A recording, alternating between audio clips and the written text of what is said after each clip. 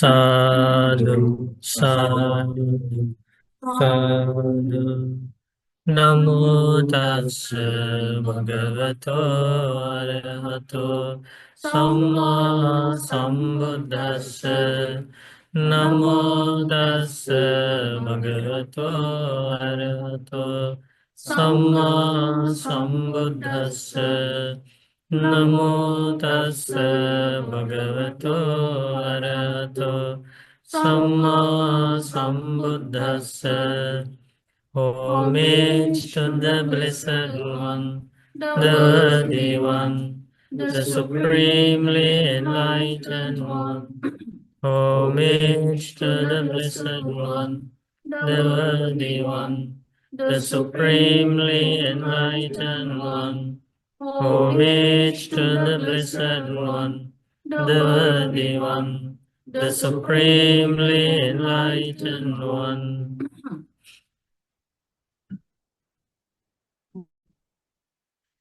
Buddhang saranam gacchami, Dhammang saranam gacchami, Sanghang saranam gacchami, Dutiyampi Buddhang saranam gacchami, Dutiyampi Dhammang saranam gacchami, Dutiyampi sangham saranam gacchami, Tatiyampi buddham saranam gacchami, Tatiyampi dhammam saranam gacchami, Tatiyampi sangham saranam gacchami. Sadhu, sadhu, sadhu. To observe the 5 precepts, please say after me. I observe the precept of abstaining from killing beings. I observe the precept of abstaining from stealing. I observe the precept of abstaining from sexual misconduct. I observe the precept of abstaining from telling lies. I observe the precept of abstaining from taking intoxicating drinks and drugs. I follow these precepts for happiness in this life, for rebirth in heaven, and to attain freedom from suffering.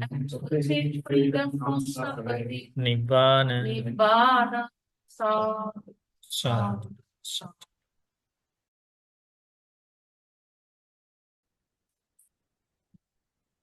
Let us pay homage to the Blessed One, the teachings and the community of the Sangha. Iti piso bhagava sammasambuddho vijacharana sampanno sugato lokavido anuttaro purisa dhamma sarati sattadeva manusanam Buddho Bhagavati. Such indeed the Blessed One, Arahanta Diva, supremely enlightened, endowed with knowledge and virtue, follower of the noble path, knower of worlds, the peerless trainer of persons, teacher of God and universe, the enlightened teacher, the Blessed One. Swakato Bhagavata Dhammo Sanditthiko Akaliko Epassiko Panaiko Pachattam Veditamo Vinyayati.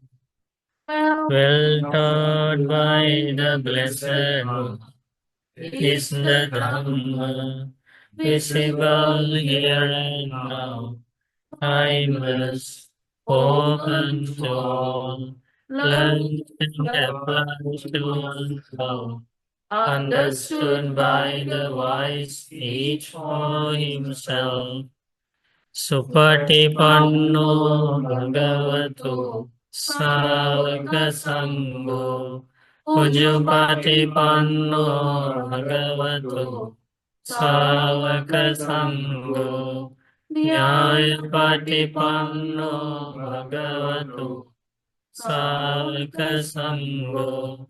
Sāmīci patipanno bhagavato Sāvaka Sangho Yadidan Cattari Purisa Yugani Atta Purisa Punggala Esa Bhagavato Sāvaka Sangho Ahuneyo Pahuneyo Dakhineyo Anjali Karaniyo Anuttarang Punyakettam Lokas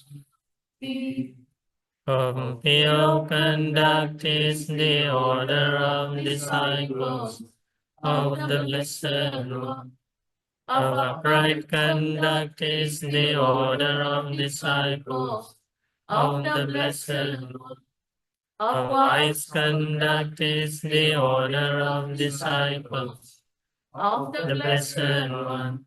Of generous conduct is the order of disciples of the Blessed One. Those four pairs of persons, the 8 kinds of individuals, that is the order of disciples of the Blessed One. They are worthy of offerings. They are worthy of hospitality. They are worthy of gifts. They are worthy of reverential salutations. An incomparable feel of merit for the world. Sadhu, sadhu, sadhu. Yeah, homage to the Blessed One, supremely enlightened Buddha. Sadhu, sadhu, sadhu. Pay homage to our teacher, Luk Swami Noke. Sadhu, sadhu, sadhu.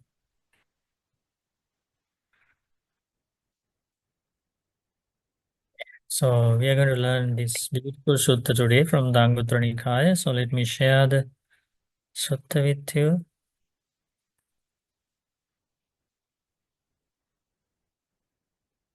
Name of the sutta is Kāyasutta. So it's translated as body. From the book of the tenth, the greater chapter Mahavagga Kāyasutta.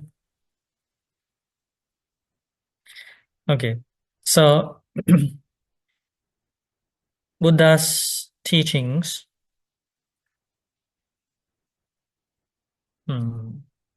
help people to cleanse 3 things in their life, purify 3 things in their life. Buddha's teachings help them to purify their bodily actions, verbal actions, and mental actions. Why? Because those are the 3 things that create good or bad karma. You know karma? Arranging of karma. So arranging of karma happens through these bodily actions, the things we do with our body. Karma is arranged with the words we speak. That's why they're called verbal karma. Karma is arranged with the things we think. They're called mental karma. So those are the 3 things. But when a being journeys in this samsara, in the cycle of rebirth, The possibility always is for that being to create bad karma, very rarely good karma. Because the base for these three types of actions are in the mind.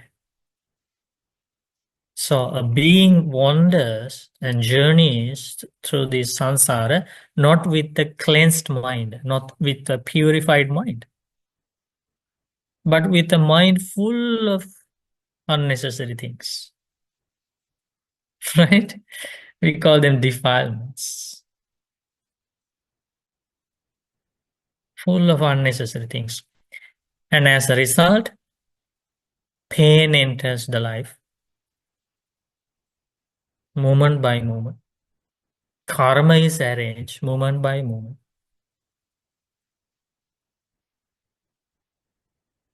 Very rarely a being is reborn as a human being, but always that being is reborn elsewhere, in miserable places.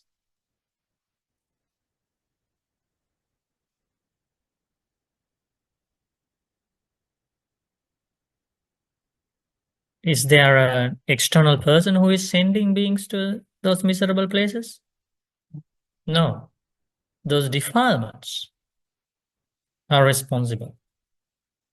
That is why Buddha realized in order to achieve true happiness, inner peace in this life, one should give priority to cleansing the mind. When the mind is purified, mind is cleansed, that affects the bodily actions, the things you do. Because the mind is the forerunner, mind is the chief. All bodily actions are made by the mind. Mano pubbangama dhamma, mano setta, manomaya, they are made by the mind. Bodily actions are made by the mind. Sometimes when people make mistakes in their life, when they do evil things, they feel lots of regret. Why did I do this? Why did I say this? But saying so, they repeat the mistake because they don't know the source. They don't know the base. They don't know how to remove these root causes from their path. So the same mistake is repeated. Bad karma is repeatedly arranged. After death, they are reborn in these planes of misery. Right? So that is the normal situation, the condition with all beings' life. So in this sutta, Buddha very clearly teaches us about these three types of actions in our life. What are they? What are those three types? Bodily actions. Bodily actions. So that's why this sutta got the name Kāyasutta, because body means kaya, kaya, right? So bodily actions, verbal actions, and then mental actions. Even though we feel like we do so many things in our life, like millions of things, but only three. What are they? These three: bodily actions, verbal actions, and mental actions. Only those three. Everything we do in our life, with our body, with our speech, with our mind, are categorized into these three. Isn't it amazing?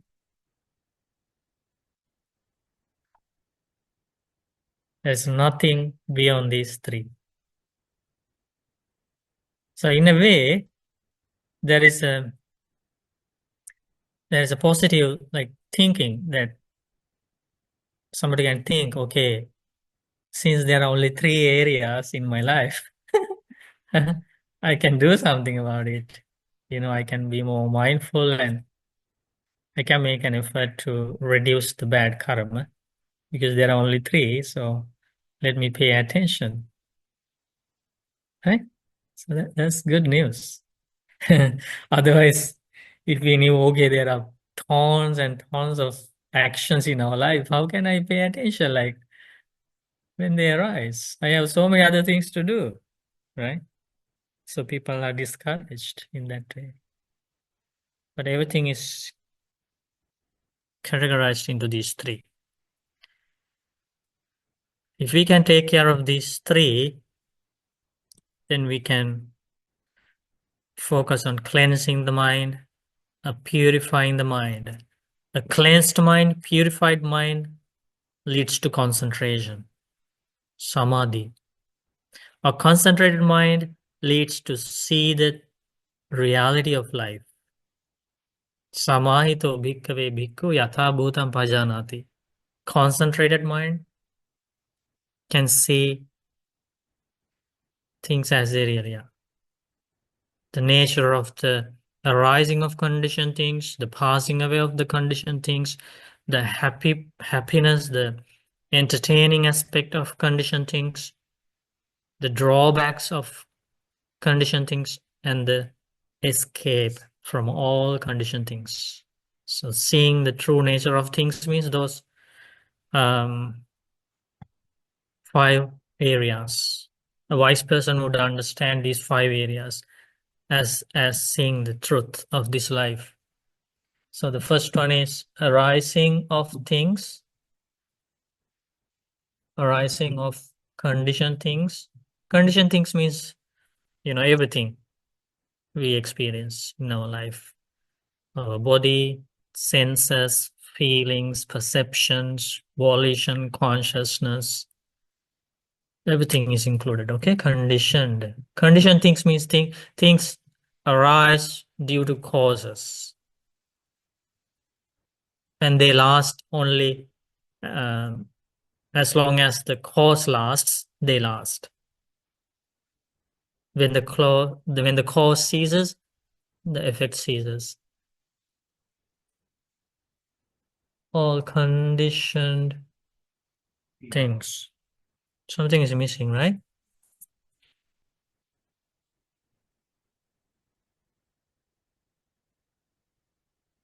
Arising of conditioned things, passing away of conditioned things,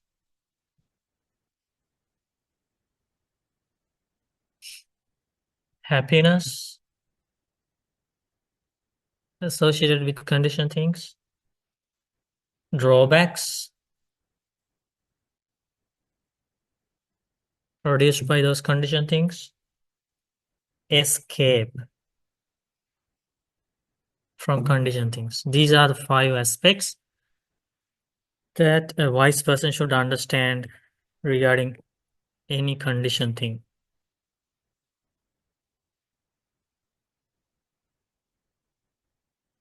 So to see these aspects of the body, the feelings, perceptions, volition, consciousness, the primary elements, 6 sense bases, to see these aspects, Buddha teaches you need a concentrated mind. A mind devoid of 5 hindrances. Right? So, and they all start with the purification of these 3 types of actions. So now Buddha teaches about these 3 types of how to practice mindfulness. Okay, can we read together? Things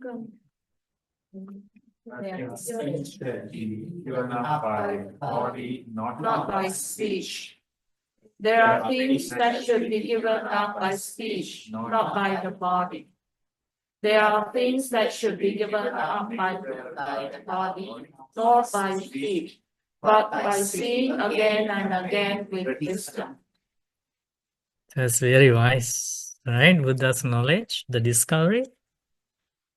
Amazing wisdom. Okay, so there are these three types of things, right? Discussed here. First one, there are things that means, okay, things that should be given up by the body. So if they should be given up, that means not good things, right? So that means there are unwholesome qualities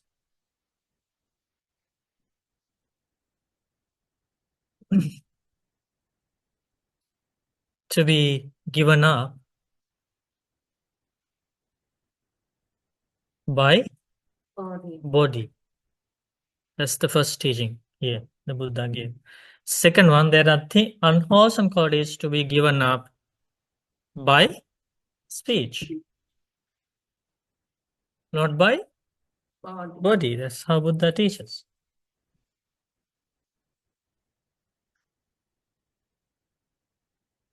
And third one, Buddha teaches there are things that should be given up neither by the body nor by speech, but by seeing.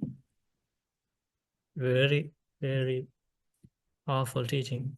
Seeing again and again with wisdom.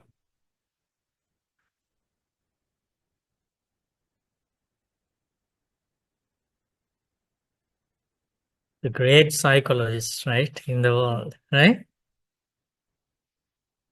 Everything is covered. So there are only three types of actions in the life, and Buddha knew exactly how to remove the unwholesome aspect of those three categories. So the unwholesome qualities done by body should be given up by body. Unwholesome qualities done by speech should be given up by speech. Unwholesome qualities done by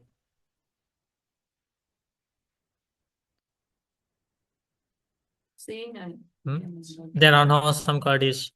They should be given up by seeing again and again with wisdom. This is very beautiful Pali Dhamma here. Atti bhikkhave dhamma kāyena pahatabba no vācāya. Pahatabba means should be given up. Kāyena means by body. Okay? No vācāya. Not by speech. Then Buddha teaches Atti bhikkhave dhamma vācāya pahatabba. There are unwholesome qualities that should be abandoned by speech. No kāyena. Not by body. Atti bhikkhave dhamma neva kāyena pahatabbo no vācāya. There are other unwholesome qualities that should be given up neither by body nor by speech. Then how? Paññāya disva pahatabba. Paññāya means wisdom. Disva means by saying. They should be given up by seeing again and again with wisdom. Paññāya disva pahatabba. Could you explain that a little more by seeing again and again?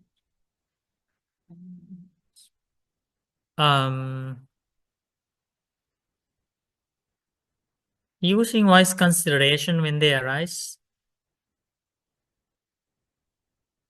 they have to understand the current condition of the current mental state.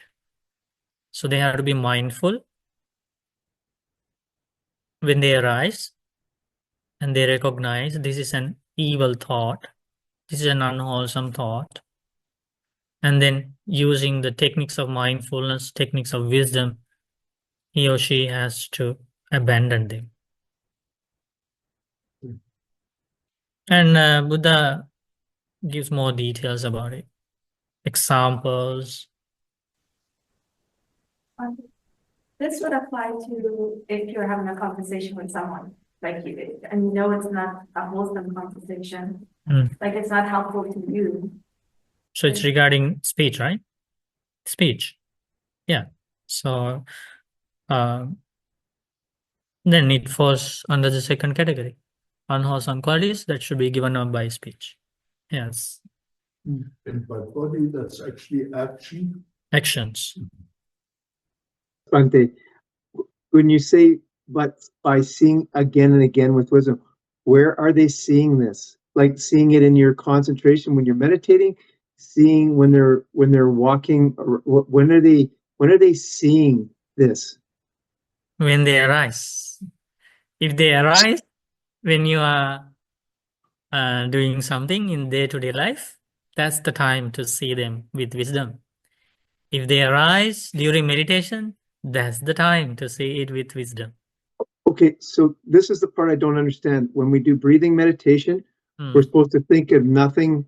So when something comes up like this, aren't we supposed to just discard it and go back to our breath? Like I Yeah. thought we weren't supposed to contemplate anything while meditating. And how do we know it's not a defilement trying to trick us when we're meditating? So when you meditate, when those defilements arise, some defilements can be ignored, and that is a way of abandoning. Ignoring is a way of abandoning, and then without any problem you can continue with your meditation. It was disrupted temporarily, but it's not bothering too much for the meditator, and they can continue with the meditation, right? So ignoring is one way of abandoning unwholesome qualities. Or in the Dhamma, the Pali word for that is amanasikara, paying no attention for that unwholesome quality. But okay, for example, during breathing meditation, some major defilements arise, very sharp, strong defilements, and you cannot abandon them just by not paying attention to them or ignoring them. Then you have to use your wisdom, and that's the time you have to use your insight. Sometimes you have to temporarily stop breathing meditation, and you have to work with that defilement. Let's say strong lust bothers and disrupts your meditation. Strong anger, hatred disrupts your meditation, and you can't continue with your meditation, breathing meditation. And then you have to use these other techniques taught by the Buddha to abandon that unwholesome quality. And then after it is abandoned, so that's called seeing that unwholesome quality with wisdom, and that's the way of abandoning it, and then using those techniques to abandon those unwholesome qualities. And then once they are abandoned, you can come back to the breathing meditation again. Does that make sense, Ray? Yes, thank you, Bhante. Yes, thank you. Good.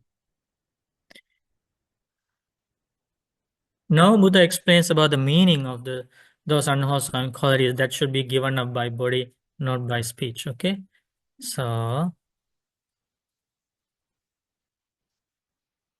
okay, let's read.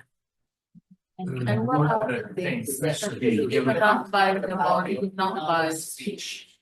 It's when a mendicant has committed a certain unskillful offense by way of body. After examination, sensible spiritual companions say this to them: Venerable, you have committed a certain unskillful offense by way of body. Please give up that bad conduct and develop good bodily conduct. When spoken to by their sensible spiritual companions, they give up that bad bodily conduct and develop good bodily conduct. These are the things that should be given up by the body, not by speech. Very good. So this is an example given by the Buddha here, the nature of bodily actions, and one example, one way of helping you to abandon that. So when unwholesome things are done, evil things are done by the body, the nature of those actions is that somebody can notice it, at least. So then the person who noticed, if that person was a wise, knowledgeable person who has true compassion for us would try to help us, because we are not mindful of what we did. So we keep doing it, right? Then the wise person, a good friend, would come to us and say, okay, you did this. This is a wrongdoing. Don't do this again.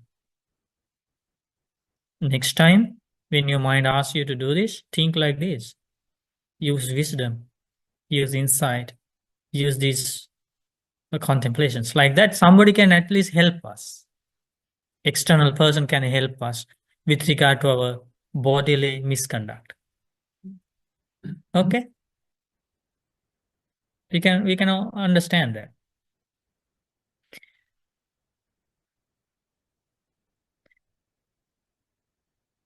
How about the verbal actions? And what are the things that should be given up by speech, not by the body? If when a mendicant has committed a certain unskillful offense by way of speech, after examination, sensible spiritual companions say this to them. Whenever you have committed a certain unskillful offense by way of speech, please give up that bad verbal conduct and develop good verbal conduct.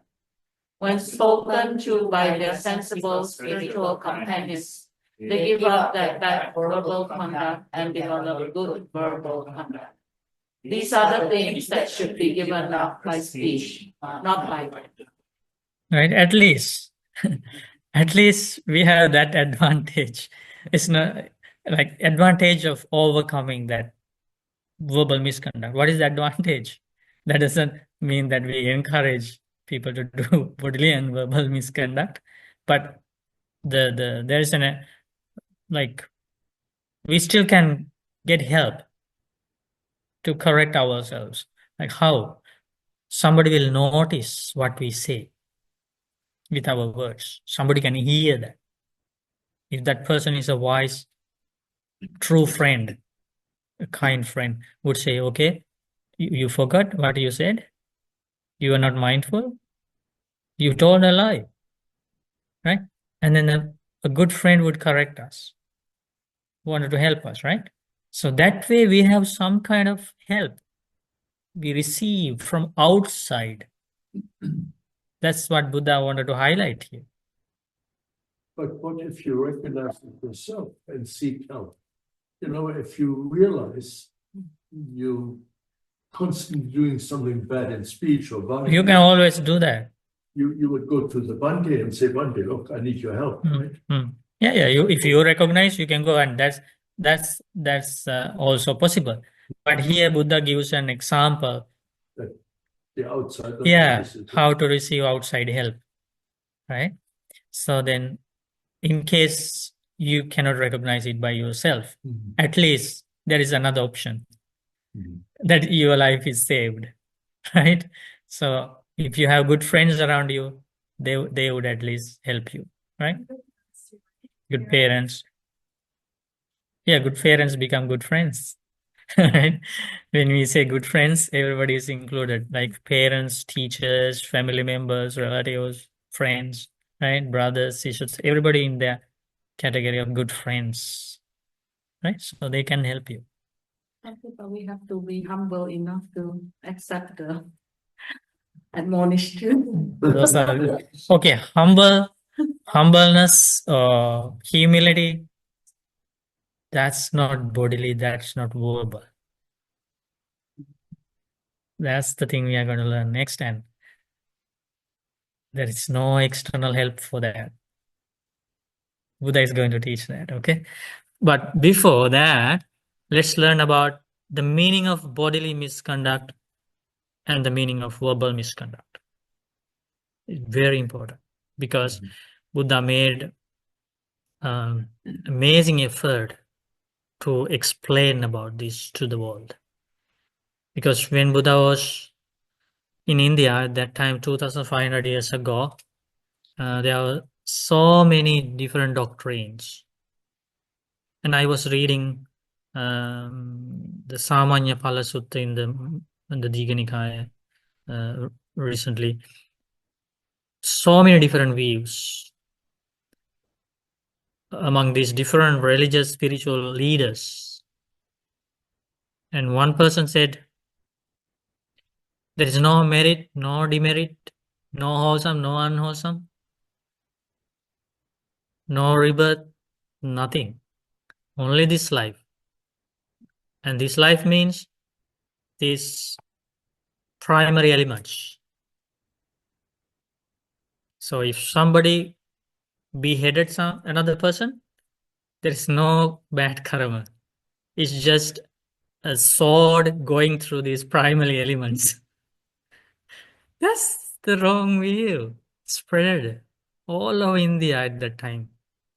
People like that because you don't need to make any effort to avoid unwholesome qualities. You don't need to make any effort to cleanse the mind, purify the mind, nothing, right? You just enjoy life, have fun, live this life with whatever you can do. And then he said, at the end of life, those primary elements will go back to the primary elements and the consciousness just disappears. So people really like that idea. He had that teacher, religious teacher, had so many disciples because people like easy things in general, right? So like that, Buddha had to explain about the real meaning of unwholesome qualities, real meaning of wholesome qualities. Some teachers, masters taught killing animals and doing animal sacrifice to please the creator, the God, or the Brahma is very wholesome, they said, not unwholesome, very wholesome. That's the path to heaven, to be united with the creator, to be united with the Brahma. That's the world. That's the society the Buddha appears. And then Buddha had to explain, no, what you say wholesome is clearly unwholesome. And you avoid some action saying they are unwholesome, they are clearly wholesome. Upside down. Only an enlightened one can do that in such a big country like India. And Buddha did that with the great wisdom and great compassion. So yeah, still using those teachings. Even today, the same doctrine is spreading here and there. Many people call unwholesome things as wholesome things. And they reject wholesome things, saying they are unwholesome. Very few people can understand the true meaning. So here, Buddha explains about the meaning of unwholesome bodily conduct. And this sutta, okay, so we can read it from the beginning because it's beautiful. There is a background story for this explanation, this sutta. Okay, can we read? So I have heard. At one time, the Buddha was wandering in the land of the Kosalans together with a large sangha of meditants. When he arrived at the village of the Kosalan Brahmins named Kama. Okay, so this sutta name is Salayaka Sutta because the name of the village is Sala, and this is from the book of the Majjhima Nikaya, Middle and Discourses of the Buddha, right? So the Kāyasutta is from the Anguttara Nikaya. Numerical Discourses of the Buddha, this is from a different collection called Majjhima Nikaya.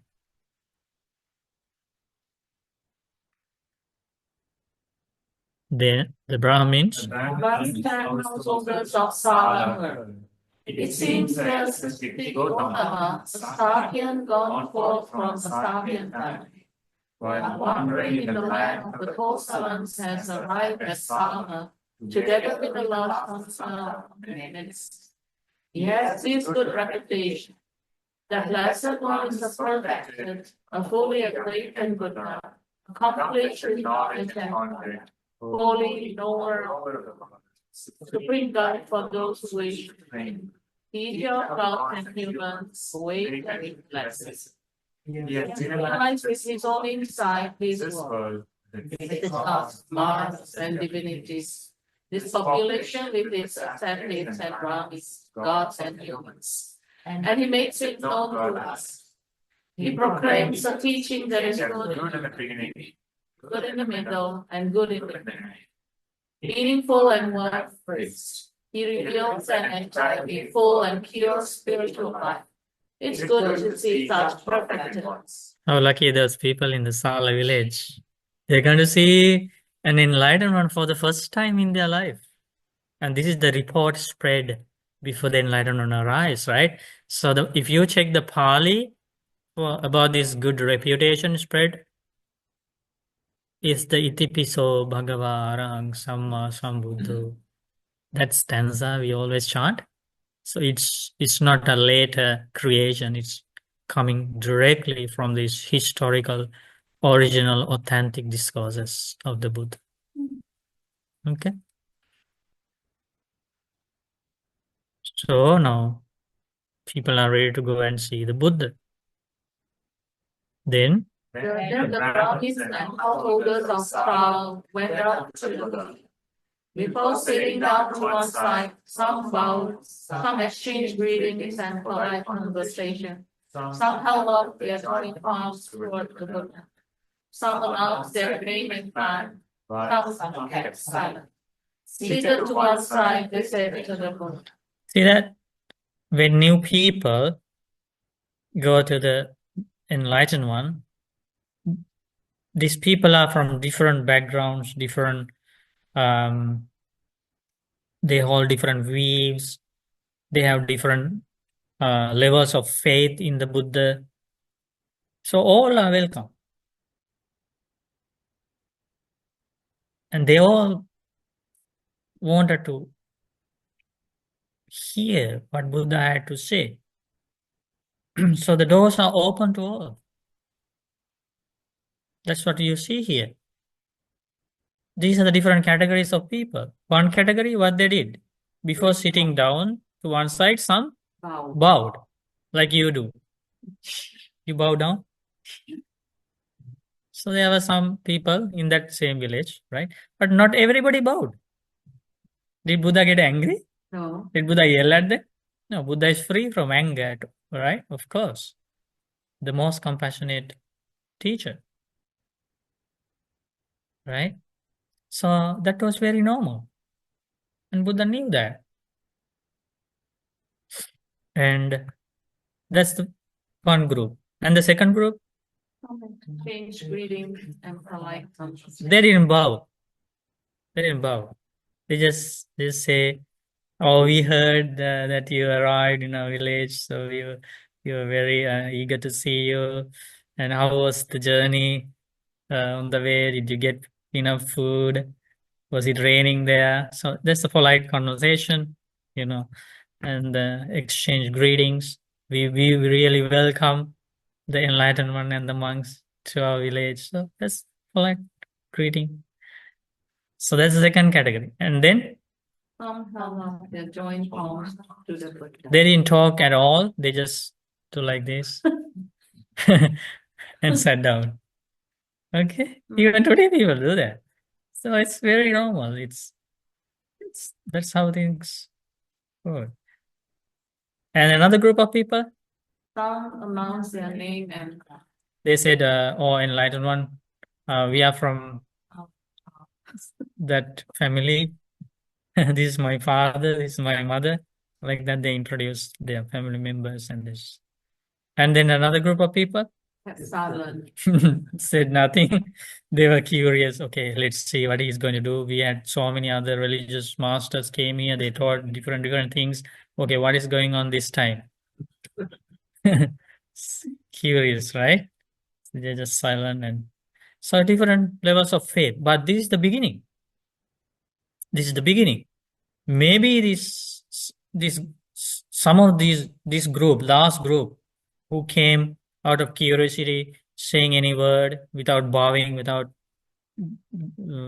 respecting the Buddha with joint palms, when they leave, they bow. It's possible or impossible? Possible. Possible. Right? So things change. The faith increases, wisdom increases, people change, so then the actions change. And there was a interesting incident. There was this person, and he had a discussion with the Buddha. So he received some faith, but he was from a Brahmin clan. He had lots of supporters. He was a kind of a high caste, kind of a leader of the village. So he received all the praises, gains, respect from the community. So he didn't want to lose that, his status. So what he told the Buddha, he said, Bhante, I have faith in you, but on the way when I see you, I cannot bow down because then people would think, oh, I am now follower of the Buddha. So let's leave this person. We don't need this leader anymore. So I'm going to lose all my respect. My people will leave me. So when I see you on the way, if I am riding on the horse cart, I will put, you know that the stick you hit the horse, whip, right? I will just put it down, accept that as my bowing.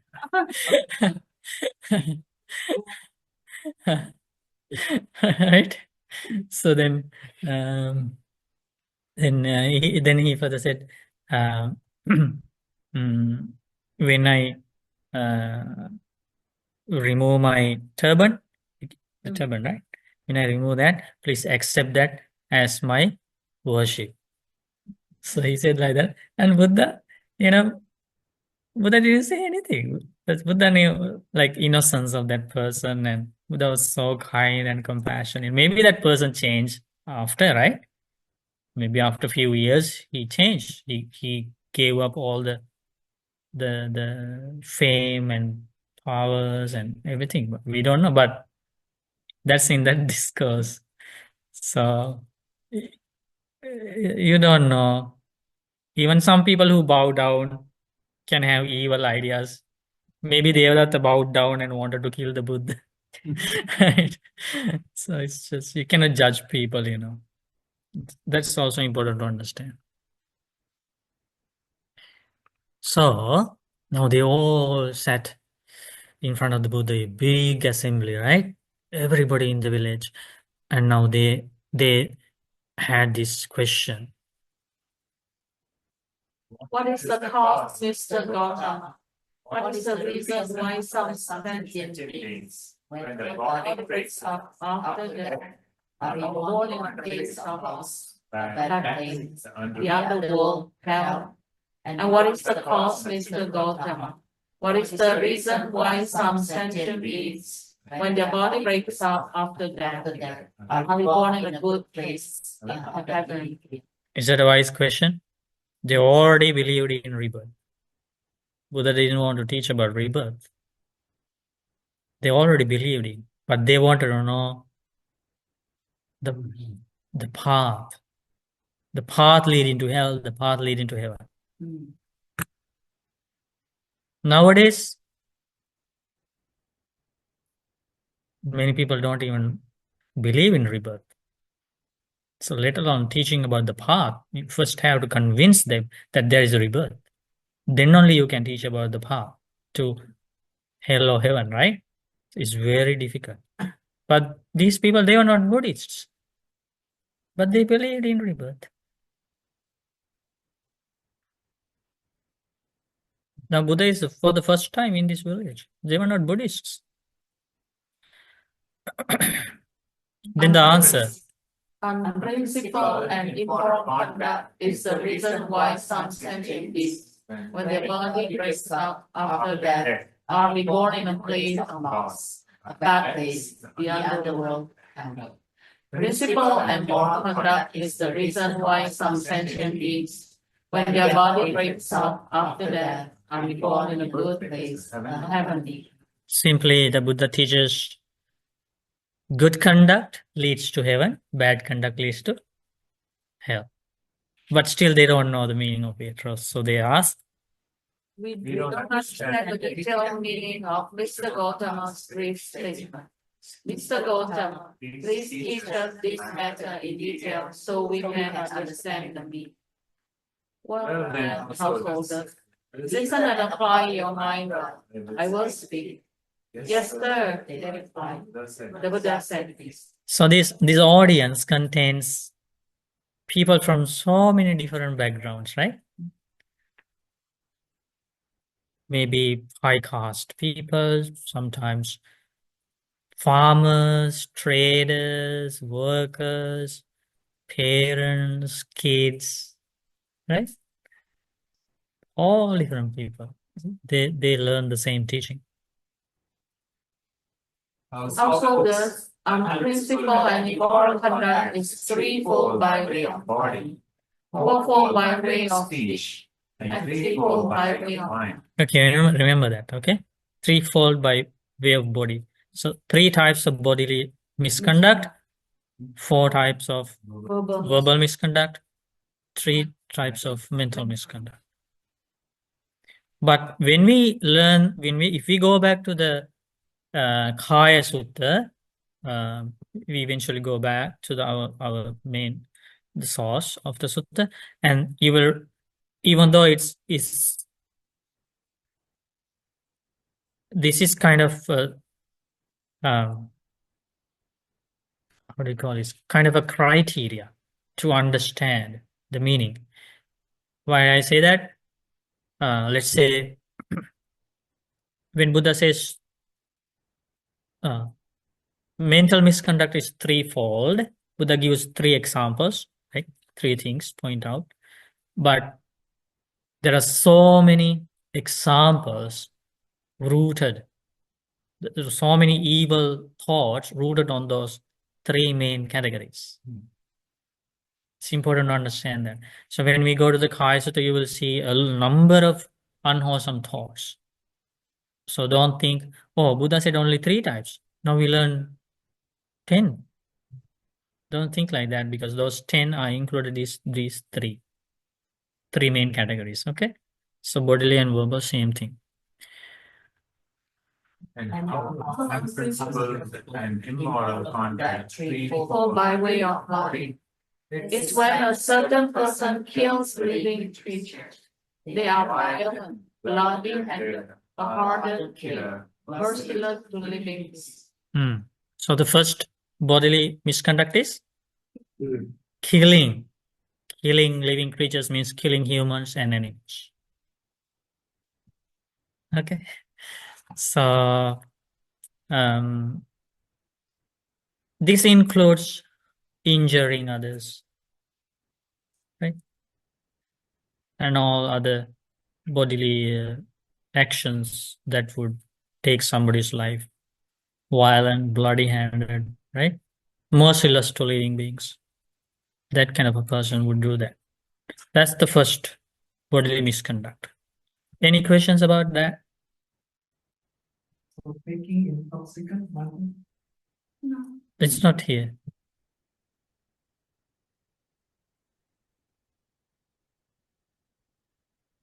Some people think killing a tree is also bodily misconduct. No, it's not here. It's don't kill trees. But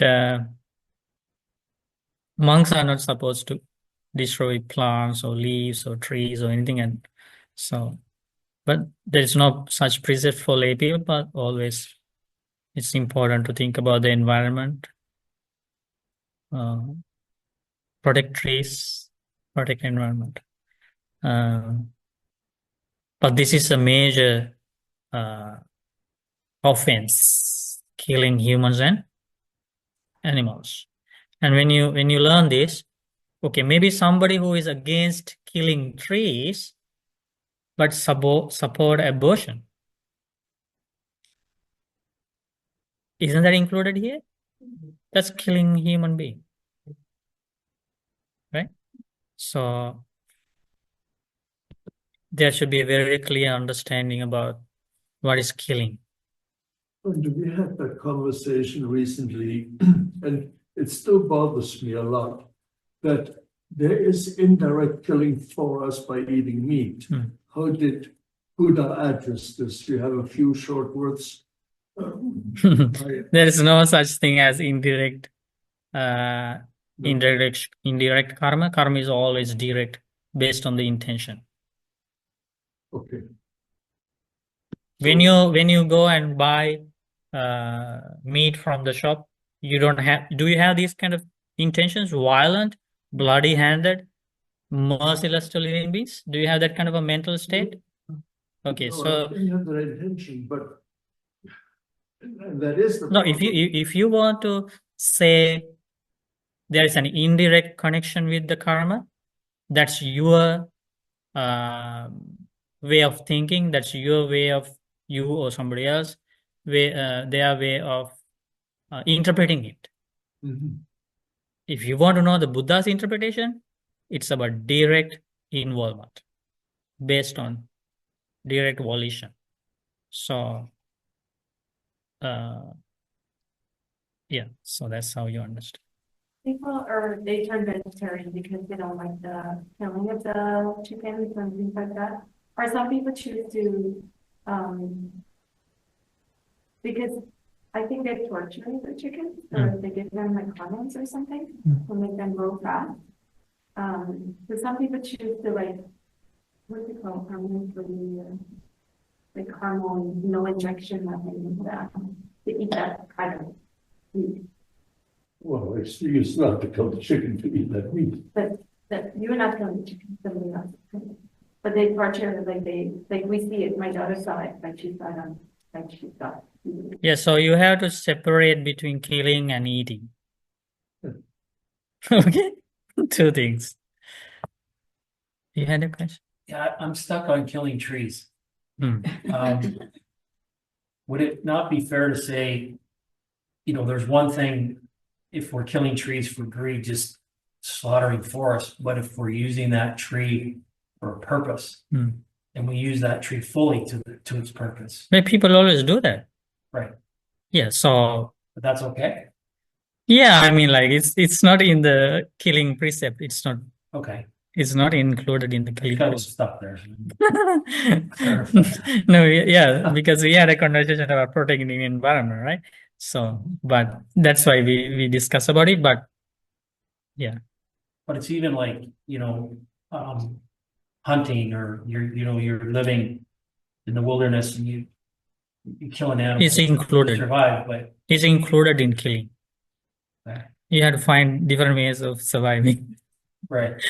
If you want to avoid bad karma, maybe you can eat fruits instead. But I'm killing fruit then, right? Eh? Well, that's No, that's not included. That's the product then. Don't kill the fruit. Don't kill the fruit tree. Just eat the fruit. Okay. Well, then you're killing the food. Something, CB has a question. What is your I'm question? sorry. Oh, I was also just going to make a point on that. Correct me if I'm wrong, Lucky, but I think what he's trying to say is that it's not okay to kill things with a consciousness. So a human or an animal that has feelings, and people say that plants or trees are alive, like biodiversity and stuff like that.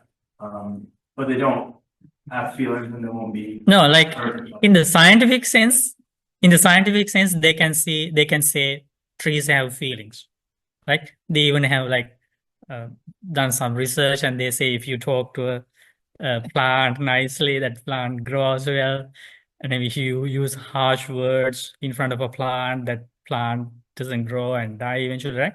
like that. But that's the scientific version of it. But an enlightened one who sees the karma and effect with that kind of a scope, Buddha teaches only humans and other beings have consciousness, and the trees don't have that kind of a consciousness. So it's a trees can respond to you, but it's nothing to do with the consciousness. It may be something else. But when a life with consciousness is deprived, that's the killing in the in the realm of karma.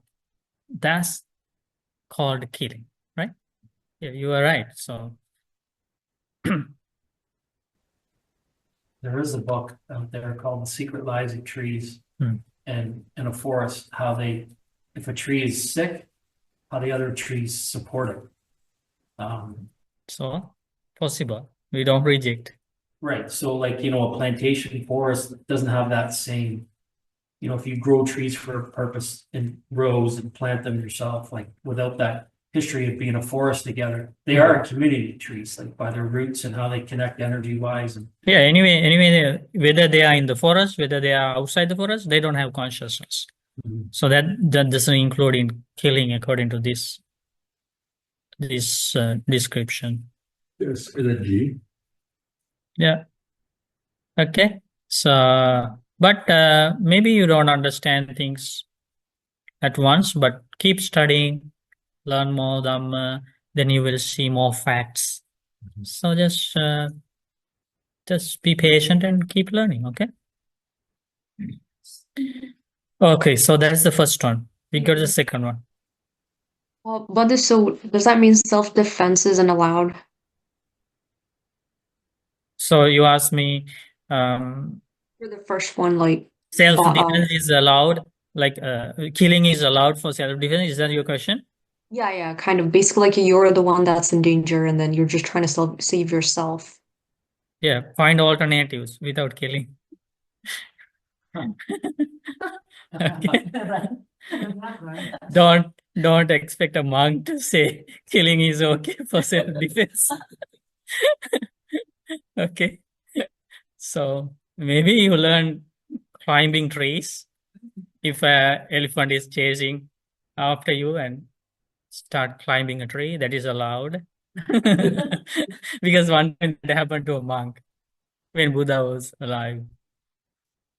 The reason was a group of monks, before the precept came about, the group of monks were climbing trees and from jumping from one branch to another branch. So they were playing, right? And then the people criticized.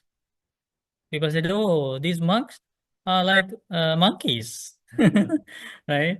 And so then the people collect bad karma, right? They create bad karma of making fun of the monks, and then also that is not appropriate for the monks' behavior. So then the Buddha made out the rule, okay, from today onward, no more climbing trees. Precept. Buddha added another precept. So then what happened was this monk was in the midst, going somewhere through a forest, and then suddenly he noticed this violent elephant chasing after him.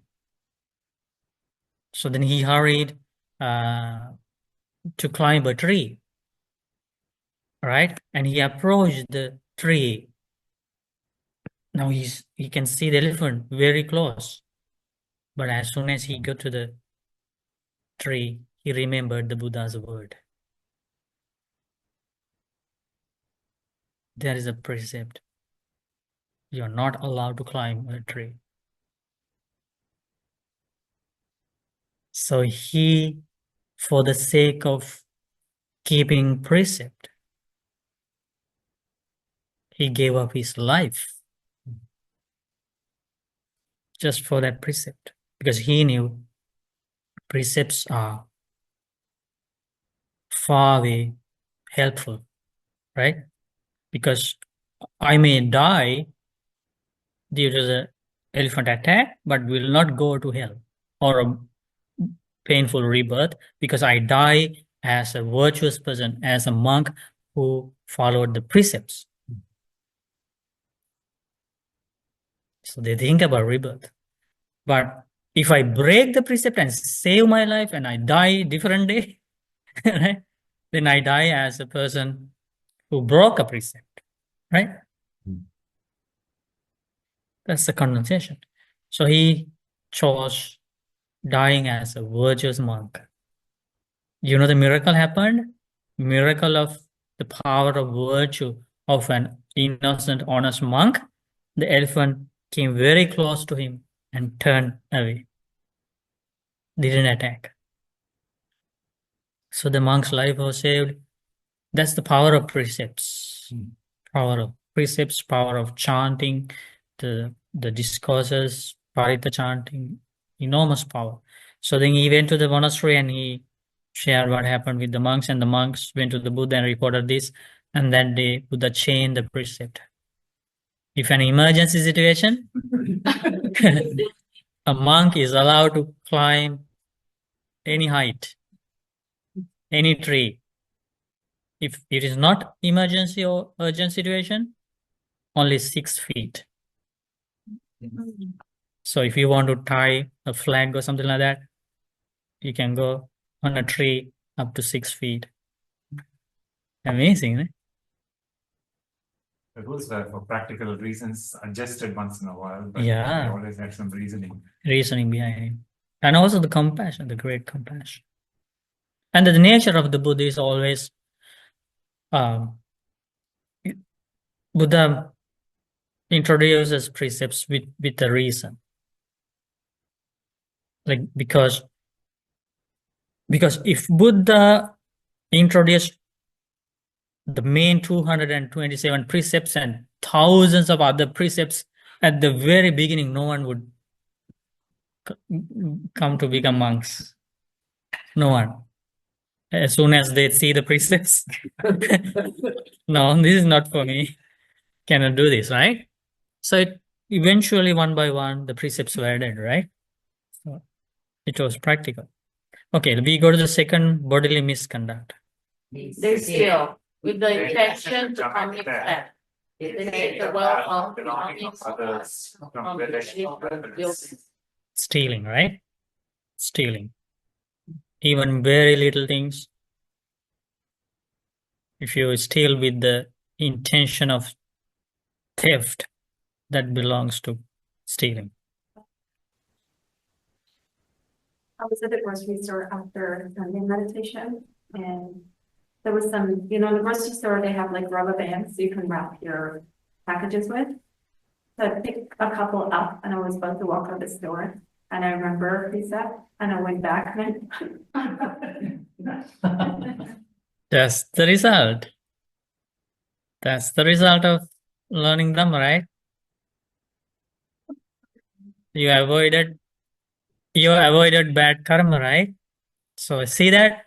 You see the Buddha through the Dhamma. When a monk wanted to see the Buddha's physical body, the beauty of the great marks of a great man, he was obsessed with the Buddha's external bodily, the beauty. Buddha said, no, this is not the way to see me. You see the Dhamma, through the Dhamma you will see me. So still you see the Buddha today when those things happen. It's like Buddha is speaking to you right in front of you. That's the way to see the Buddha. Isn't that beautiful? Because he sees her. No one is there. Right? She could have easily gone, right? But it's like Buddha is teaching us, even in this talk. Right? That's the seeing the Buddha through the Dhamma. And also you need to understand, if you don't have the intention of a theft, it's not committed, it's not included in stealing. For example, there is a pair of slippers outside and you wanted to use that, that's called temporary use. not stealing. You did that, Yeni? What's wrong? Yeah. No, I mean, yeah, like, let's say you took somebody else's. So that's for public, definitely. That's for the public. But you took somebody's because you knew that it belongs to somebody, but you wanted to take that to go to the stupa, and you took that. It's called temporary use. Intention is temporary use, and you use it and bring it back and put it in the same place, right? So like that. So, exceptions. I go shopping to a Chinese store and they have sometimes almonds or nuts on sale, whole box. I always take one to try if they're fresh or rancid. And it actually comes to my mind, am I stealing here? It's not given to you, by the way, right? Not given to me, Is it? no. But, I'm just trying to freshness it up. If you are allowed, if the manager has, Allowed, right? And sometimes they allow. It's still, I know. if they allow, if the manager allows, that's for, if that is for But people, usually they have actually a sign, no trying. there you go. Hold on, just- Don't try. Then don't try. Oh. Okay, we go to the third one. Okay. Okay. They commit sexual misconduct. They have sexual relations with women, Mother, father, both mother and father, brother, sister, relatives, or clan as guardian. They have sexual relationship with a woman who is protected on his own, or who has a husband, or whose violation is punishable, or even one who has been garnered as a token of betrothal. This is how unprincipled and immoral conduct is equal by way of. So the first one is killing, second one is stealing, third one is engage in sexual misconduct, and this is like everything is included in this third precept, commit sexual misconduct. That's why you see lots of words here. Everything is included to say that in this case the male person commits the sexual misconduct according to the description, but it's the same way woman also commits sexual misconduct if according to this category, if that girl is not given to the husband, the male person, with the law, and also the same will apply to the woman. Okay, why you see all these words? So even one who has been garlanded as a Yeah, that means in India there is a traditional thing. When they are very young age, the families decide, okay, when they get bigger, our son will marry your daughter. Yeah, in very young age. And that if somebody engages in sexual misconduct with that girl, that person breaks the precept and commits the sexual misconduct. So they do that with like putting a garland on her neck, right? So you see these things even today in India. Okay, so these are the three ways of bodily misconduct. So what was our major topic? Kāyasutta. And what was in that sutta? There are unwholesome actions given up by body, right? That's what we were learning so far. And hopefully next Saturday we will learn about the second one. Unwholesome qualities that should be given up by speech. And then you're going to learn about the things should be abandoned by seeing again and again with wisdom, not by body and speech. And in the end of the discourse, you will learn a lot about purifying the mind. Okay? Sadhu. Sadhu. So this evening we collected lots of merit, made powerful good karma by going for refuge to the triple gem, observing precepts, practicing meditation, reading the words of the Buddha, and through the Dhamma discussion, and learning the Dhamma and helping each other in many ways. We share all the merit, first of all, with our teacher, Lokuswami Maharaj. We share all the merit with Devas. We share all the merit with all the monks and nuns in the world. We share merit with our teachers, parents, family members, friends, and with all beings in the world. May all beings enjoy good health, long life, happiness, and peace.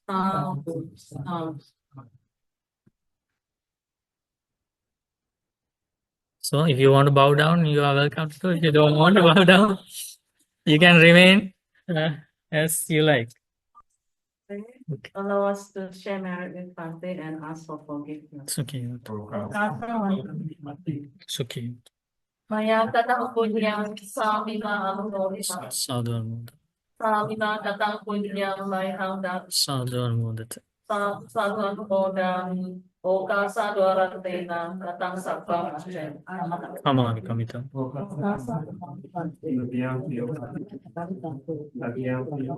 Abhivadana Silis Nichang Vada Pachayino Chattaro Dhamma Vadanti Ayuvanno Sukham Balang Ayurarogya Sampatti Sagga Sampatti Mevacha Ato Nibbana Sampatti Minate Samijjatu.